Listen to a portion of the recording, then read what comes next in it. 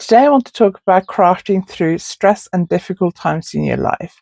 So whether it is something personal, like you are suffering from some kind of ill health, whether it's physical health, mental health, difficult period of your life because of personal circumstances or work circumstances, or just a difficult time for the world as a whole. And there's just a lot of stuff going on in the world and things seem really uncertain.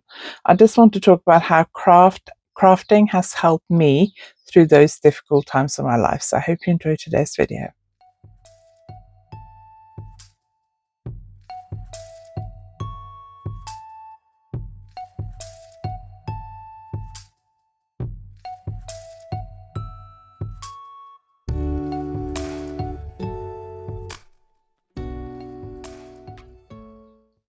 If you're new here, my name is Anniken. I design knitting patterns, I teach knitting workshops online and in person, and I sell yarn through our website YarnAddict.co.uk. If you like this video, please give it a thumbs up, and if you haven't subscribed yet, please consider subscribing. So I wanted to start with a little disclaimer and a little trigger warning. I'm going to talk about my own personal experiences and some periods in my life when I've suffered from physical and mental health issues, or there's been a lot of serious stuff going on in the world, and bereavement of a person in my family, and how knitting helped me through those periods. I'm talking from my perspective and what helps me. I'm not making light of serious mental health conditions, for example, or bereavement. If you're suffering from mental health conditions, from bereavement, and you're struggling to cope, or you're just struggling to cope with everything that goes on in the world, I do really, really urge you to speak to somebody you trust and to seek advice and help. If you're not sure where to go, start by contacting your doctor's surgery, or search online for organizations in your country or in your area. Don't suffer alone. I just want to say that at the start, because I'm going to talk about mental health and suffering from depression and also bereavement. And I want people to know that I'm not making light of these situations, and also just what's going on in the world generally at the moment. So please don't suffer alone. Seek advice, talk to somebody you know and trust. I'm not a qualified doctor or psychiatrist or anything like that, obviously.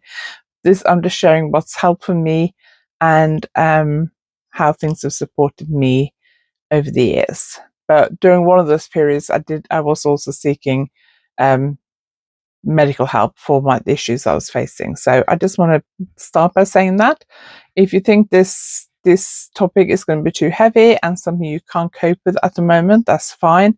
There are times when I click on a video and when the person starts talking, I realize that whatever the topic is, the subject they're talking about, that during that period of my life, because of what else is going on in my life, I just can't listen to that. It's too triggering or it's too upsetting or whatever. So that's absolutely fine. I think I would share just how knitting specifically has helped me, but this applies to all kinds of crafting really. A lot of crafters regularly share how crafting has helped them through difficult parts of their lives. And I want to go back to when I was in my 30s, early 30s, I guess it would have been. Basically, I have chronic neck and back pain. I was in a car accident when I was 14, and I was in another car accident when I was 30. Yes, just after I turned 30. And after that accident, I had two young children. My youngest daughter was 2 years old, 2.5, when I had that accident. My oldest daughter was 4.5. She just started school part-time. And I was in a car accident, and that really damaged my neck, and I ended up in chronic pain. And I was on sick leave for a long time, and eventually I was signed off permanently. And it was a really difficult time. I was home with two young children. One of them was at school part-time. I was on sick leave for a year, and then halfway through I tried going back for a few weeks and really struggled and was signed off again. And I was struggling with my physical health, as in I was in a lot of pain and I was struggling to do all the things I had to do every day, and I was struggling mentally. So I just want to talk about that difficult period in my life and then a more recent period. So by the time my youngest daughter started school, I think my oldest daughter was probably about halfway through primary school at that time, and Emily just started. But I was really struggling. I would take the girls to school, walk home, try and do a bit of housework, but most household tasks I would struggle with because of the pain. If I cleaned the bathroom, we have 3 bathrooms and toilets in this house. So we have an ensuite shower room with a toilet, we have a main bathroom, and then we have a downstairs toilet. So there were 3 different rooms to clean, if you like. If I cleaned one of them, I could clean it, and then I had to go and lie down on the bed for half an hour because I was in pain. I couldn't do all my housework in one big block once a week.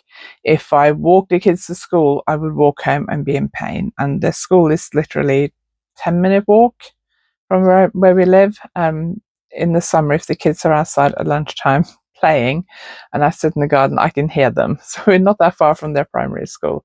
And then all the after school stuff, I didn't always have the car because we only had one car, and my husband lift shared to work. So sometimes I would have the car and sometimes I wouldn't.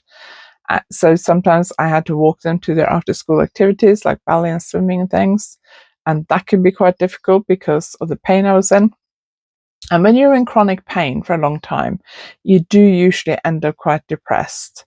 If you're in chronic pain, you quite often end up not sleeping very well. When you don't sleep very well, you end up with more pain, and those two combined can make you very depressed. I was on antidepressants for a period. The ones I was on didn't really work for me. They made me more depressed, more tired, more lethargic, and I really struggled to cope. And in the end, I actually asked the doctor to come off them because I felt so rubbish. I couldn't imagine feeling worse. So I came off them. I felt better. But obviously the pain and things didn't go away. I knitted a lot as a child, especially as a teenager. I knitted a lot as a teenager, but I'd given up knitting after my kids were born. I hadn't done anything because when you got young kids, you're busy with other things. And I'd gotten back into doing a bit of cross stitch, and I really enjoyed that because that seemed to be an easy thing to do with young children. And also, I didn't really understand English knitting patterns, which I know is funny because now I write them, but I didn't understand English knitting patterns. And cross stitch, all I had to do was follow the chart because there would be like a chart showing you which color to use when. I decided to do that. Then after my accident, my second accident, I couldn't do cross stitch anymore because the looking down constantly really hurt my neck and I just couldn't do it. So I didn't do anything for a few years. And then these fluffy fake fur type scarves were really popular at the time.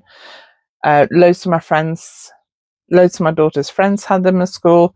So the girls wanted them. They kept asking me for these scarves. I hadn't seen them anywhere. So I asked one of the mums at school, where did you get that scarf from? And they said, oh, Granny made it. And I was like, well, English Granny doesn't knit and Norwegian Granny is too far away. So I better pick up my needles and knit it. So I went to the local wool shop and bought some fake fur fluffy yarn, knitted scarves. I got really into it, knitted loads of them. Because the yarn kind of obscures the pattern, I just knitted garter stitch. So very, very easy to do. I didn't need a pattern. I could just work out how wide I wanted, how long I wanted, and off I went. So I knitted loads of those for my daughters, for myself. And then I started knitting them to sell. And then eventually I got bored with knitting them, so I moved on to other things, and things just spiraled. But what it really did for me mentally was by this point, my daughters were both full-time at school. And primary school in England, you start around 9, usually about just before 9, say 9:15, and you finish 3-ish. Like, I think they finished about 3:15 maybe or something. So they were at school for a long time. In Norway, when kids start primary school, they only go from around about 8:30, 9 till about 1, which is part-time schooling here, really. But the girls were at school for a long time, so the day was quite long, and I couldn't do housework for the whole day. A lot of my friends were back at work by this point, and also I couldn't be out seeing friends all the time because I just didn't feel up to it. I used to walk the girls to school, come home, do a little bit of housework, and then I would turn daytime television on. But watching daytime television every day, no judgment if you do watch daytime television every day. I still watch a bit of daytime television when I'm knitting. But if you're watching it every day, all day, it really gets a bit depressing after a while, to be quite honest. And then I'd go back and pick the girls up in the afternoon, and I just felt a bit like I hadn't achieved anything. like my life was worthless. I wasn't really contributing to anything, and that's not a good place to be in. So when I got back into knitting, I would take the girls to school, I would come home, do a bit in the house, put the telly on, sit down and knit, do a bit more, sit down and knit. And at least I felt like when I was sitting there taking my breaks and knitting, I was doing something. At the end of the day, I could see, instead of a list of jobs in the house I should have done that I hadn't done because I was in too much pain, I would look at what I had knitted and think, oh, I did this today. And especially when I was knitting scarves to sell, I was selling them on eBay, and my neighbor actually bought loads of them. But I think at least 2 Christmases in a row, she ordered loads of them to give to friends for Christmas. And then I think the third Christmas in the year she asked me, I said, I'm sorry, I'm not doing them anymore because I got so bored with them. And then I did make some stuff to try and sell at craft fairs, but selling stuff at craft fairs is very difficult. But I did sell loads of those scarves on eBay for a while. There was one particular winter where I sold a lot of them. So I was making a tiny bit of money. I mean, just enough to cover the yarn and buy a bit more yarn, really. But I felt like I was achieving something and doing something useful. And that was really, really worthwhile for me. And it did gradually help me get out of this quite severe depression that I was in. And I felt a lot more positive. And I then eventually got to know somebody who was also into knitting. She knew somebody else who'd been talking about starting a local knitting group, and she introduced us, and we started a local knitting group together. And I went to that. That was like 1 day a week. I would go to knitting group. That was something to do. Most of the people in the knitting group are a lot older than me, because I was probably by this point in my like mid-late 30s, I guess, mid-30s. Yeah, probably still in my mid-30s, early 30s. And a lot of them, because it was a daytime knitting group, most people in the knitting group were quite a bit older than me, but that didn't bother me. I wasn't fussed by the fact that most of them were older than me. I enjoyed going and chatting to people about knitting, and people would quite often ask me for advice on things, and I would help people, and I really enjoyed that. I also met people in online knitting groups. I met somebody who lived an hour away from me, who was opening up a yarn shop. And that then led to me teaching at the yarn shop, and that then gradually spiraled to now when I teach quite a lot. I also started designing because I was struggling to understand knitting patterns. So I basically just started making up my own knitting patterns, and then eventually somebody encouraged me to write it up. So I did, and the first few I wrote up were awful, really, really bad. But that gradually spiraled. I started being published in magazines, and that gradually kind of spiraled and eventually meant I could get back into work a bit more. I wouldn't say I work full time. I mean, this is my main job, but I wouldn't say it's a full time job. I don't work full time hours because I can't do that. So if I'm having a day where I have a lot of computer work, I will work for an hour to 2 hours max, and then take a break for half an hour to an hour, and then do another. So in the morning, I might do a block of hour and a half, walk the dog, have about a 45-minute knitting break, and then do another hour and a half, have an hour for lunch. And that moment, if I have the car, I will normally go to the gym in the afternoon. If I'm not going to the gym, then I might work for another hour to 2 hours, depending on what I have to do. So I don't work a lot of hours at my desk, but obviously I do knit a lot. So that is also part of my job, I guess. Although I don't count my knitting hours as part of my job. So knitting at that time in my life really provided me with a sense of achievement, a sense of purpose. Like I had something to do every day. And at the end of the day, I could see what I've done. You know, had knitted that far, whatever I was knitting, for example. And it just gave me a sense of purpose and something to do during the day when I was here on my own and getting more and more depressed. And it definitely helped me get out of that depression that I was feeling. So that helped me a lot. And then fast forward to 5 years ago, 2020, March 2020. This is when we're getting into bereavement, just in case that is a trigger for you. So March 2020, about 2 weeks, week and a half before we went into our first COVID lockdown here in the UK, I think I was in a bit of denial because we'd obviously seen what happened in China they were going into lockdown, I remember watching it on television thinking, that could never happen here. Government and it's never going to put us into lockdown like that. That's crazy.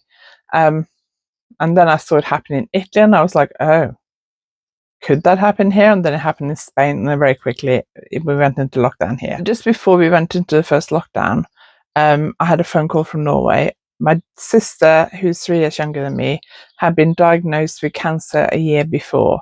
And I had a phone call from my parents saying that her cancer was terminal. They'd stopped treatment and they couldn't do anything more for her.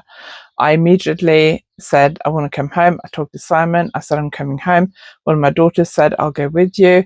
And then so I rang my mum and said that. My mum said, no, you can't. COVID restrictions. So Norway had already closed the country, basically. I don't know whether they were in like a proper lockdown at that point, but the borders were closed. So I could have traveled to Norway because I'm a Norwegian citizen, but at the time I didn't realize that. And I don't think there were any daily flights to Norway either. But my parents just said borders closed, plus my sister, because obviously she'd had a year of various treatments. So her immune system was very vulnerable. And my parents said, she's gone into lockdown with her family, taken the boys out of school. They're not seeing anyone at the moment. They weren't even walking their dog. They were getting a friend to walk the dog and getting shopping brought to them or ordering online. So she said, there's no point you coming at the moment because you won't be able to see your sister anyway. So I said, well, we'll wait till after Easter and then we'll see. Obviously, I thought the lockdown would last a few weeks. Clearly it didn't. And then we went into lockdown. I had loads of workshops booked because for the previous year or two before that, I'd been very, very busy teaching workshops. So I'd cut down a lot of my magazine designs because it was just too much. I couldn't cope with all the magazine designs I was doing and all the teaching I was doing. I think 2018, 2019 were probably the busiest years I've had in terms of teaching. So I cut down on a lot of the magazine designs because I just didn't have time and I was teaching a lot. And obviously that all stopped. So I had loads of workshops that were cancelled in March and April that year. Then we went into lockdown and suddenly my kids came home and my husband was home and we were all here, and I went from just me being here on my own every day to suddenly the house being full of everybody. And I reached this kind of like knitting block, like I couldn't think of anything to design. I couldn't focus on designing something new. So what I did was I'd set myself a goal in 2020 to knit 20 pairs of socks in 2020. And I wanted the socks to fit me because I got quite big feet. So I didn't want to cheat and just do children's socks or something. I wanted them to actually fit me. So, and by that point, I think I'd only knitted maybe one pair of socks. It might even just have been one sock. And bearing in mind we were in March, I started knitting a sock because I can do that without really thinking about it. I also, once I got a little bit used to everyone being at home and this new situation, I signed up for this brioche knit along thing. It was designed, I can't remember which designer it was, but it was basically designed to teach you brioche. And I'd had to go brioche a number of times before, but didn't really enjoy it. So, and I saw this online and I thought, well, I'll do that. That'll be distracting me a bit. So that gave me something to do every week because a new clue would be released. I don't think I ever finished what I was doing, but I did knit a big chunk of it, and he did teach me a lot about brioche knitting. And then my sister passed away in June 2020.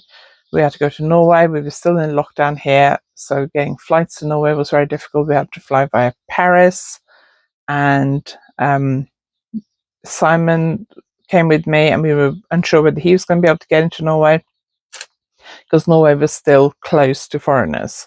And he was able to come in because he was my spouse. And I was told by the embassy, because I got in touch with them about advice whether I could even travel to Norway. And they said, bring your marriage certificate just so you can prove that you are married. So I did that, and we had like a very tense, nervous 10-minute wait at the immigration desk at Oslo airport. And my sister actually passed away the first night we were there, so we weren't able to see her because we had to quarantine for 10 days. But that was obviously a very difficult period in my life, and I'm sure it was a very difficult period for lots of people because of COVID. Lots of people lost people, couldn't see their friends and family, were isolated. But I did find a real sense of comfort in my knitting at the time. I also picked up a couple of crochet blankets that had been lingering for a while and finished one of them. And just a repetitive motion of doing trebles. It was a granny square, giant granny square crochet blanket. So I just did loads of trebles. And I found doing that as a rhythm of doing that really comforting. I knitted several pairs of socks. I did this brioche thing, which was challenging me to learn something new. And it really did help me through that very difficult time in my life. And the things that helped me were the repetitiveness and just automatic on the crochet blanket, because I was just doing trebles, and on the socks where I was just knitting, I don't know, rib or stocking stitch or whatever. And I can knit a sock without really following a pattern or thinking about it. So I was just doing that because it was comforting, and I was almost on like autopilot doing it because it's stuff that I'm very familiar with and I can do without thinking about. And then with the brioche project, that was all new, so that was helping me to focus on something when I wanted to focus on something that was taking up more of my brain. And because I was having to focus on it, it was pushing other things out of my brain, and I was just focusing on that. So a bit like meditation, when you are encouraged to like empty your brain and focus on something else, which I always find difficult because my brain always wanders. I always start thinking about things I shouldn't be thinking about. But focusing on something new, learning something new, then pushes everything outside of my brain. I'm just concentrating on that new thing. I found that really, really helpful. And then for the rest of the day, just focusing on routine stuff like my crochet and my sock knitting. And I could just do that on autopilot and then process a lot of the things that were going through my mind. So the mixture of those two really helped me. So I think if you're going through a difficult time, the main thing is to try and find a project or something to do, whether it is exercise, a craft, a project in your house, daily trip to a coffee shop. Obviously, that wasn't an option during COVID. Different things like that that you know will be routine and that you can do without thinking about it and putting a lot of effort into it. But also maybe having something that challenges you a bit and occupies your mind, so you're not constantly thinking about all the things that you're going through and that you're struggling with at that moment. I find that really helpful. Like when I first had a go at quilting, I made 2 quilts, full quilts, one double one. My first quilt was a double quilt, and the second was a single quilt, from one each for each of my daughters. And then I made 2 single quilt tops, which were supposed to be for my parents' spare bedroom in Spain, and their flat in Spain, which they sold 3 years ago. Yeah, nearly 3 years ago, I think it is. And I finished a quilt top. I've just never sandwiched it together with the backing and the wadding and finished it properly. Still in the corner of my room over there, and I really should get it out at some point and finish it. But when I first started doing quilting, even though I was just buying charm packs, I think they're called, 5-inch squares, and sewing them together, so it wasn't anything challenging, but just learning to sew straight lines and how to piece it together and on my sewing machine helped me to kind of not think about other things. So it just occupied a bit of my brain and kind of gave my brain a break from other stuff. Does that make sense? So now I quite often use knitting, because a lot of knitting to me now is routine. I can do a lot of stuff without really thinking about it because I've done it so much for the last 20 years. But when I'm working on new designs, I need to work out the maths of a new pattern, new techniques, new stitch patterns, that kind of thing, how to piece things together in a design. That kind of gives me a bit more challenge and pushes other things out of my mind. And then the periods where I'm just knitting, say stocking stitch, like I'm doing at the moment, the project I'm working on now is a lot of stocking stitching around. So then I can process things while I'm doing that, and or watch telly or whatever to distract myself. And then other times I'm working on something more challenging because I want to push other things out of my mind. Does that make sense? So let me know if there are difficult times in your life when crafting has really helped you. If you're willing to share them in the comments, please do so. If it's too personal and too raw and you can't share it, that's absolutely fine. don't feel obliged to share anything you don't want to or don't feel ready to. But if there's something you want to share in the comments, any advice, if any of this resonate with you, please share it in the comments, and let me know what your view on this is. If this has triggered anything for you or brought up any challenges for you that you need to seek help for, please seek help. Please speak to somebody. There were times when my children were young and I was suffering from quite bad depression at times, and there were times when I was really struggling and I didn't tell anyone. I said something to my mum a couple of years ago that there were times when I was really struggling, and she said, well, we didn't know that. And I said, no, I didn't tell you because I felt like the only way I could keep it together was to keep it to myself. Plus, my parents were in Norway. They were too far away to help me very much because I wasn't going to move to Norway and they weren't going to move here.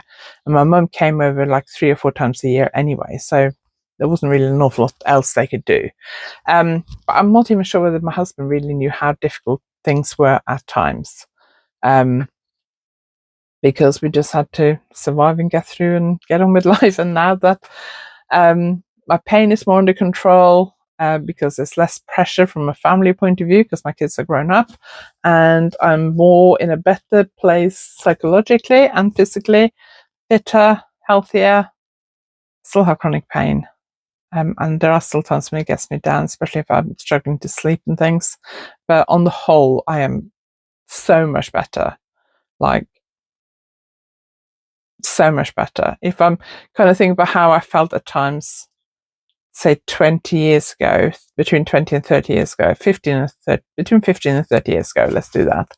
I would probably say I was on like a scale, between a scale of 1 to 10, I would say I was probably on a scale of like 1 to 3 most of the time. Now I'd say I'm on a scale from like 7 to 9 most of the time.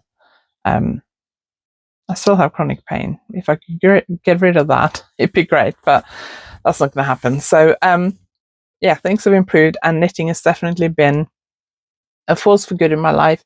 It's provided me with a hobby that takes up an awful lot of my time. It's provided me with a career that I absolutely love doing. And yeah, I'm glad I got back into knitting because of those fluffy scarves when my kids were at primary school. Who knows what would have happened if I hadn't, what turns my life would have taken, the people I've met and the experience I've had and all that kind of stuff, since I got back into knitting and started doing this as a job, have been absolutely amazing.